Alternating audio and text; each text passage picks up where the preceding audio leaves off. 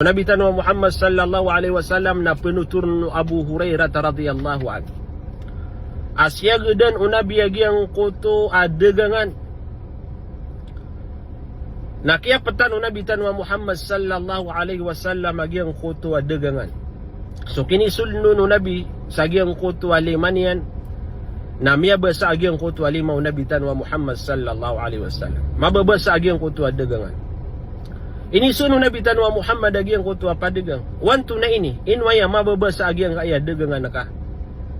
Natigu padegang ya Rasulullah inurana nagiang kana na degangan akan. Mia basa uran.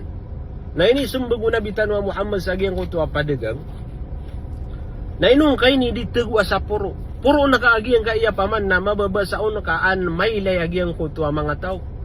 Anira na may layagiang kaya paman na pendegangan kay nung auto tatagu asa di dalam. Kailangan na sigiang koto degangan ada na paawingian na tatagu ang kasagiang koto liawaw. Tigu Nabi Tanwa Muhammad managasya palaysa minni. Sadin sa tawa mamalatik. Sadin sa tawa mamagakala. Nadir kami pedati ku Nabi Tanwa Muhammad.